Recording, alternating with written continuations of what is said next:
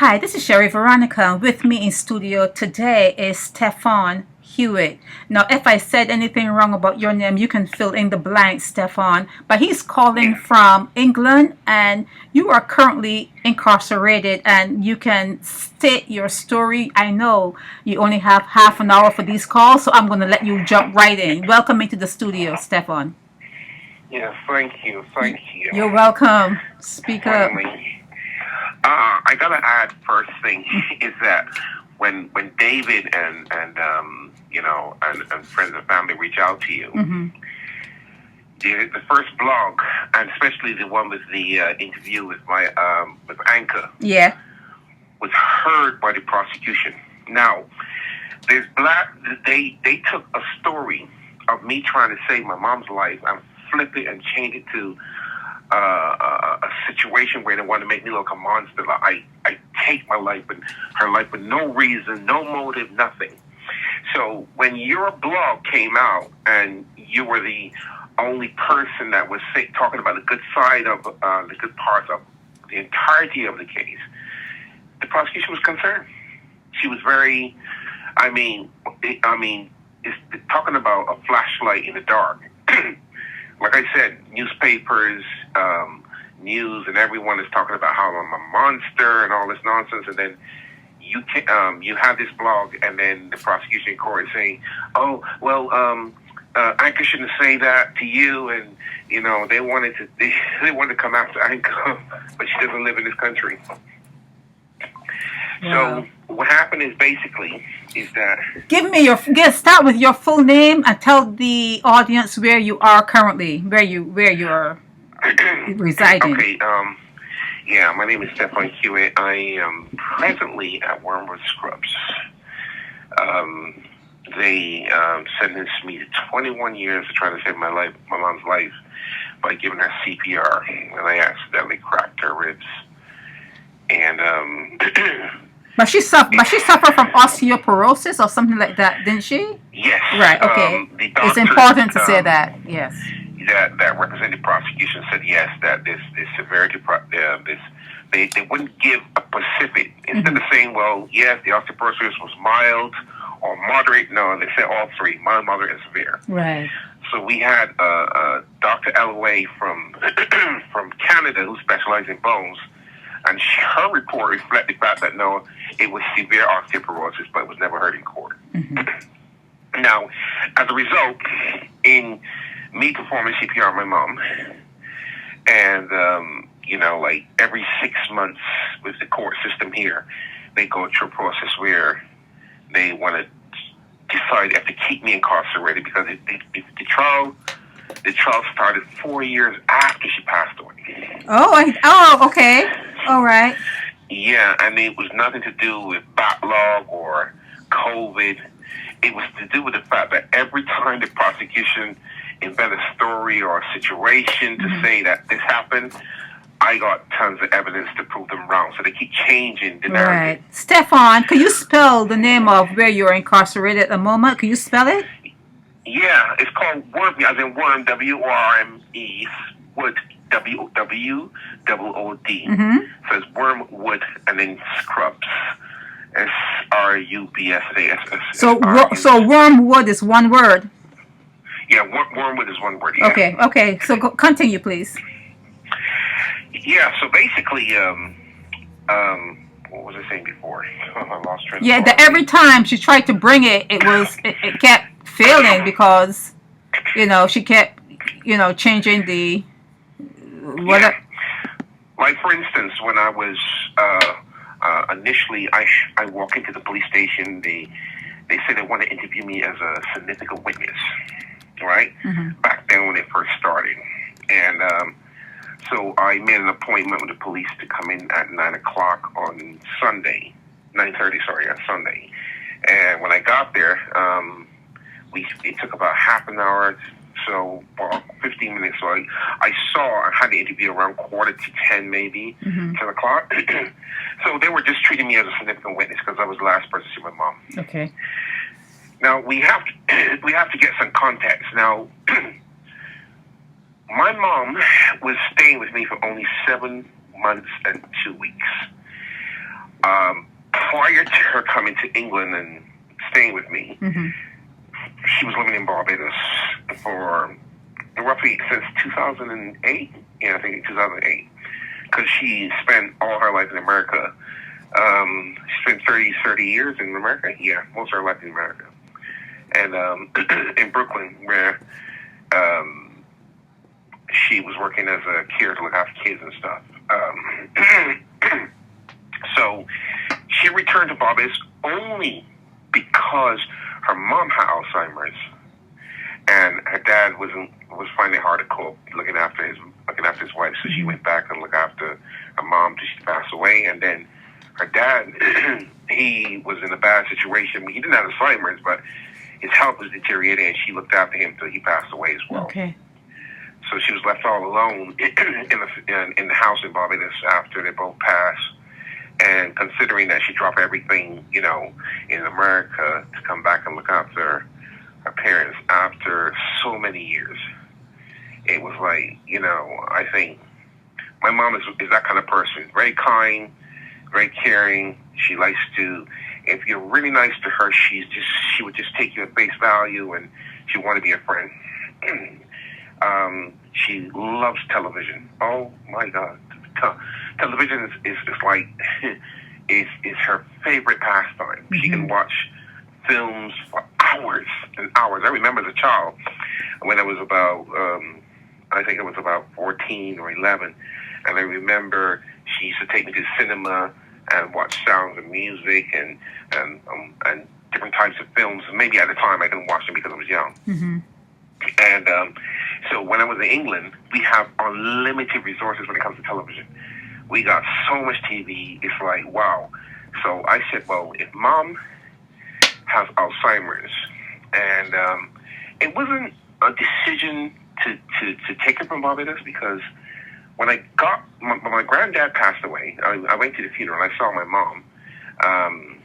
At the time, she was like borderline forgetting things, and like there was an incident where I saw some X-rays on the table, and the X-rays were for her brother.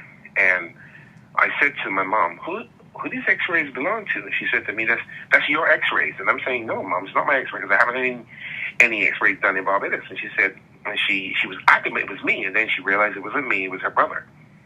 So that was one sign that I picked up. And then another sign was when me and my aunt went to town and left Mom a bit by herself.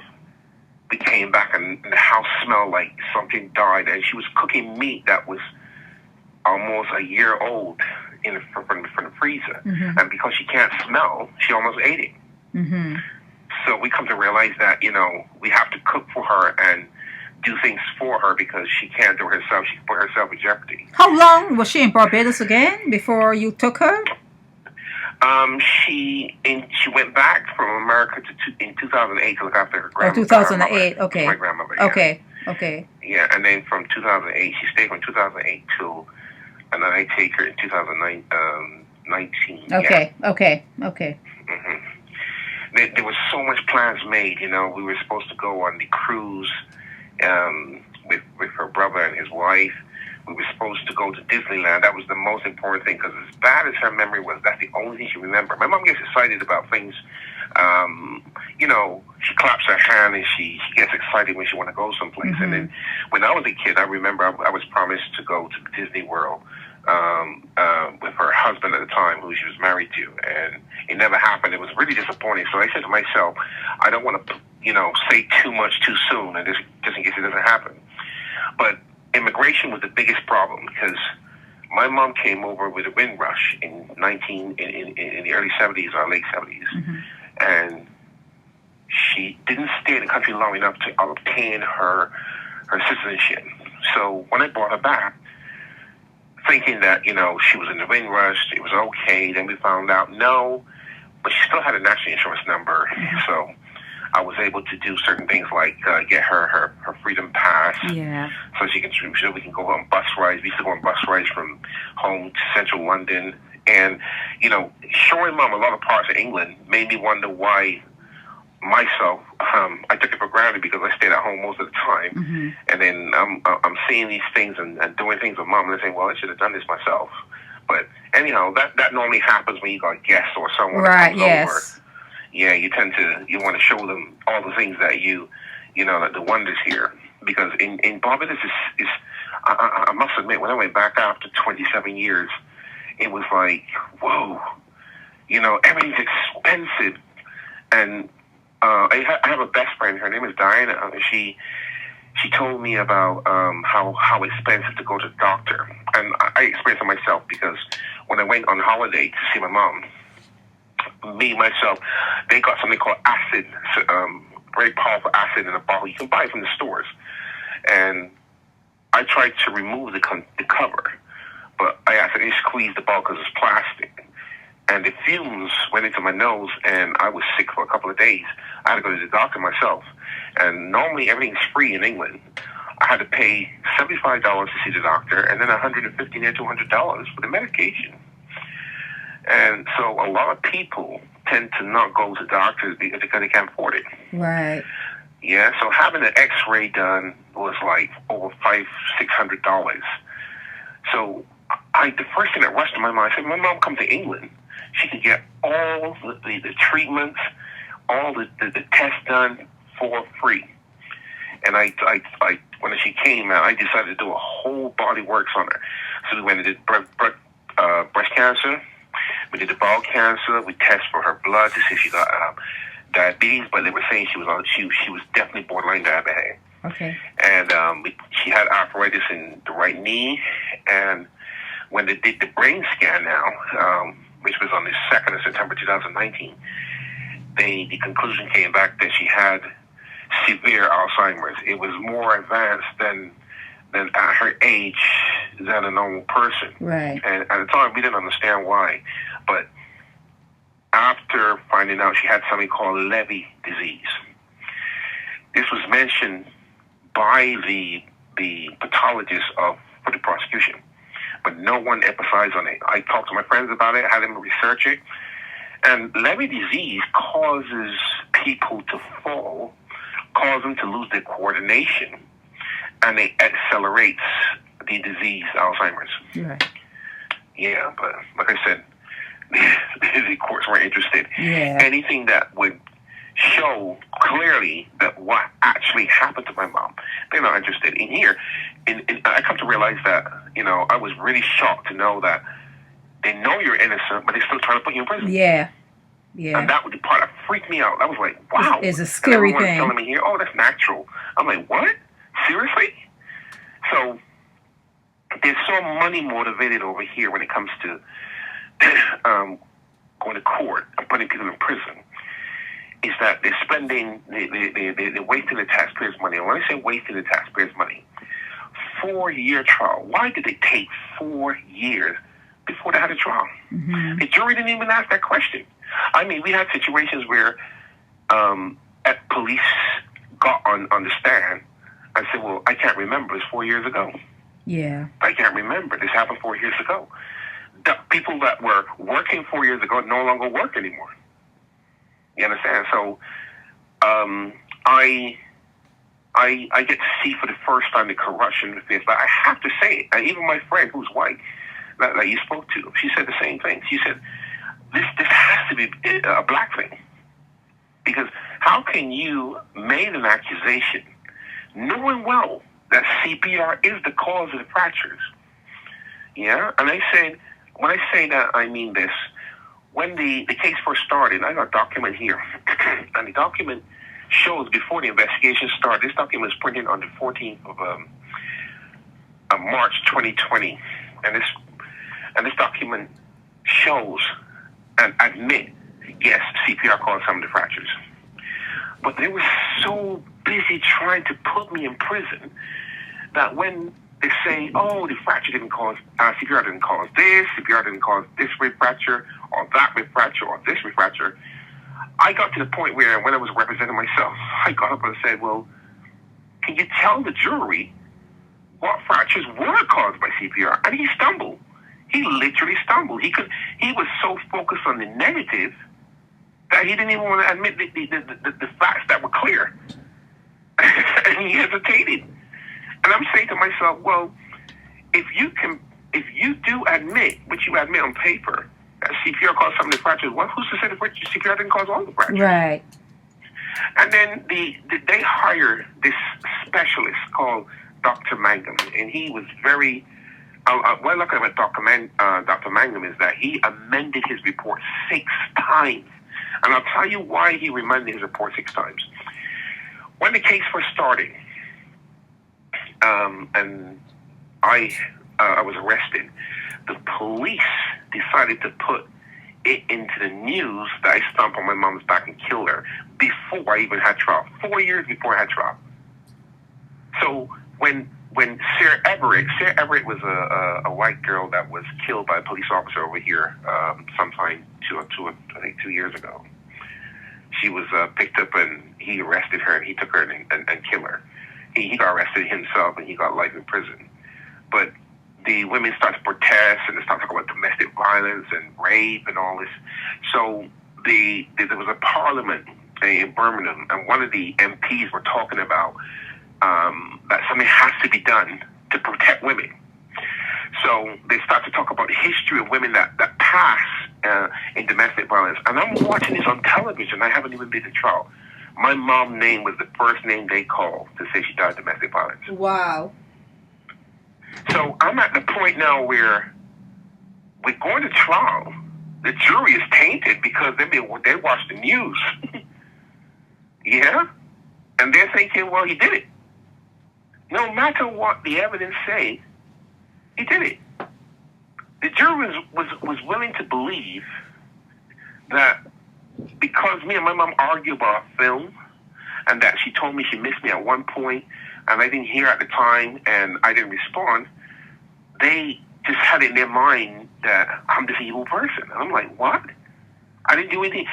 Listen, I have in my possession, or had, over 220,000 videos because I have 6 cameras in my house. And I tend to use those cameras to monitor my mom for her safety. Because, when she was with me, she had a really nasty fall.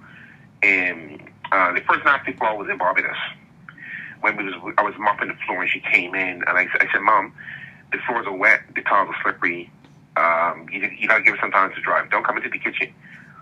As soon as I turned my back, my mom walked in the kitchen, landed right on her back. And I was shocked.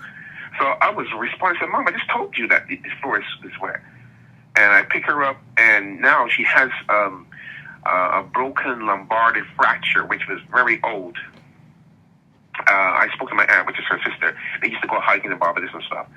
And she told me that she noticed my mom favored one side. And I said, yeah, I noticed it when she came to England. She favors one side. So the police now made it look like this fracture to the lower back happened when she died, rather than to say, they wanted to look at the hospital notes, and the hospital notes clearly say it's an old fracture. So I'm telling my lawyers all of this, but they're not listening to me. They're not even trying to put my instructions to the court. They want to do what they want to do. And I come to realize, and I'm speaking to people, they say to me, do you know that your lawyers, they work for the prosecution sometimes. They don't care because they get paid whether you win or lose. They don't care. They get their money. So they don't have to put any effort, but they're supposed to follow my instructions. I mean, when I was convicted, my lawyer said, no, we're going to appeal against this because this is it's unsafe. And then they made an application for appeal. And when I read the document, he's blaming me for losing the case. And I'm saying, what? It says clearly on this document, Mr. Hewitt was unmanageable, hard to manage and hard to take instructions from. And he's using that as a concept to say, well, he lose the easiest case in the world. I mean, I have in the past been in situations where I've been accused wrongfully of something, and I always have cameras, videos to prove my innocence. That's not, because, I can say anything because I could be biased, but I have cameras for a reason. Because I know people tend to lie in this country, and they believe them, and you get arrested so easy because someone can make up a lie. Like this young lady that lived next to me, she made up a lie saying that I assaulted her, called the police. Police came. I said, excuse me, officer, I have some video cameras to show you. And when they showed them, they just say, okay, have a nice day, and they left. But if I didn't have those video footage, they would have arrested me for assault. So I have to protect myself by having cameras all the time. So when I have 6 cameras in my home, and the main camera that was supposed to make a difference, and that's the camera in the bedroom, it's like a hidden camera. It looks like something else, but it has a small camera built into it. And it points in my bedroom. And if the bedroom door is closed, you can't see the bathroom. But if the bedroom door is open, you can see right into the bathroom. The main camera that has footage on it that can show me sleeping or what happened on the night, all the evidence is missing. All the footage is missing. There's no footage at all for that camera. So when we come, wait. There's no footage, not because you deleted it, because the cops deleted it. Because either the cops deleted it or they didn't bring the evidence. They claim this is their response to it. Oh, that's not a camera. So it's not a question of they're saying admitting that they tamper with evidence yet again. Because I was shocked and blown away when I have to make sure I stay what's the word I'm looking for? I keep going back and forth. Okay, what I wanted to say is that the thing that bothered me the most is that when I told the man on the phone that instructed me to perform CPR, which is the 999 call, he told me 3 things that I didn't think that I responded to, but never heard on the recording. The first thing he said to me, put my hand over her mouth. No, he said, take her off the bed and put her back on the floor so you can perform CPR. I said, well, I just put her back on the bed. She's very heavy. That didn't come out on the recording. He said to me, put his hand over her mouth to see if she's breathing. I did that, and before I did that, I said, well, I never thought of that. And then the third one is that, oh my God, her chest caved in. That never came up on the recording either. Yeah? Mm-hmm. And my lawyers now, because you can't, I'm the accused, so I can't even talk to the pathologist that represents me to ask them if my lawyers are doing the right thing or giving them the right information. I can't do that. And if I represent myself, I have no access to any pathology that's how it works in this country. So when I performed the CPR and cracked her ribs, they told me it's normal. They all say, I told the police when the police came, it's normal. I told the ambulance, they said, don't worry, that's normal. But when the police performed a 2-hour investigation in my house on the morning of my mom's passing, they asked me where they found the body. I said here, and they asked me for medical background information. They spent about 2 hours, and then they came to the conclusion that it's a non-suspicious death. They say there's nothing here. So the officer that was really kind to me, that we talked about together about he had an uncle or his dad that had the same Alzheimer's, and we were comparing notes as to the things we experienced. And he was really nice. So he then handed me a number saying that my mom's body is going to be at this hospital, and you can make their funeral arrangements. Call Mr. Andrew Hart. So I was left alone for a week to mourn my mom. Sometimes I'm like thinking the thing that really hit home with me is that I keep watching the video of the night when she passed, the last words she said. So I named the file my mom's last words. That went missing, I must admit. In court, they convinced the jury that the times on the videos were 3:06 and 2:25 when they actually were 2 o'clock and 4 o'clock, because my mom was alive at 4 o'clock. The recording of her talking to herself on the audio, which I did at 3 in the morning to prove that she was alive, that went bye-bye, disappeared, gone. The original was gone. So they're trying to say my mom was only alive at 3:16. No, she was alive at 4 o'clock. And this is a situation where the police now, and the question I put to my lawyer is, on the 999 call, when I talked to my mom, and they were instructing me and telling me what to do, I was crying my eyes out. When I heard that, every time I hear that recording, it just brings back, the pain just comes back of losing my mom again. I can't control it. And it's weird. I mean, after 4 years, it still affects me. So I'm listening to this recording now. And at the end of the recording, you can hear the ambulance telling me at 6:43 a.m. that my mom passed away early in the night because she had rigor mortis. The prosecution tried to make a case before in 2021 to say, oh, in the early hours in the morning on the 8th of March, Mr. Hewitt assaulted and killed his mother. Then 9 months after that accusation lasted a whole year.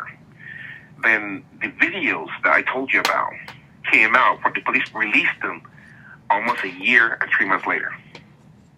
They had the videos all the time, but they only released a year and 3 months later. And these videos now show that in the early hours in the morning, nothing happened. So my lawyers was like, wow, he didn't kill his mom. And I'm like, that's when they come to realize my own lawyers believed that I actually did it.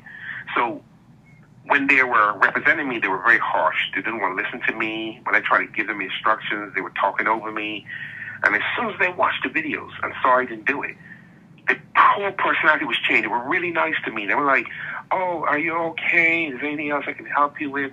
Don't worry, we can get you out of here. It's going into 27 minutes, and you have 30 minutes on this call, right? Yeah, no, yeah. Okay, I okay. get So a 10-minute break, and then I can call back after 10 minutes. Okay, I just want you to know. Okay, go ahead, please. Go ahead. Good. So, it was like, okay, I spoke to my lawyers at the time, which was Powell and Spencer, and I said to them, I was told by one of the law students that, yes, we have to wait to mid-trial. So when the trial starts and when the prosecution finishes their case, we can apply for dismissal of the whole entirety of the case. I said, well, why can't we get it dismissed now? Well, we have to wait for trials. They said, well, in the rules are, if you go to a plea hearing, whether you plead guilty or not guilty, you cannot apply for dismissal. You have to do it before the plea hearing. But my lawyer withheld that information from me so that he can get paid. So his colleague told me he could have got the case thrown out since July 2020. So I picked the phone up and I called, which is his boss. His name was Greg. I said, Greg, why didn't you have the case thrown out when you had the opportunity? And he shouted at me and told me it's too late. And he put the phone down, and then he wrote to the court saying that there's a breakdown relationship. He sat me. So I got called to the court unexpectedly, and I said, I don't supposed to have court today. I was still in prison at Belmarsh at the time. And they called me into court and said, what happened? I said, well, I don't know. He said, well, you have to look for a new lawyer. And I said, seriously? He sacked me because his colleague lost his job. I don't know if he lost his job due to the fact that he told me what was going on, but he no longer works there. So when this happened now, and I had to look for a new firm, I had to go to a firm called ITN Solicitors. And at this point, they had pushed the trial back twice because my lied to me. I just heard it beep, so the phone was going to cut out. I'm going to stop for now. Okay. And they're Part two. Okay. 10 minutes. Okay. 10 minutes, I'll call back. Of course. Okay, bye. Yeah? Okay, bye. Okay, yeah. Yeah, bye. Okay, bye. Help me spread the word about Naked Departure via social media. Subscribe and share to show support and love for our channels.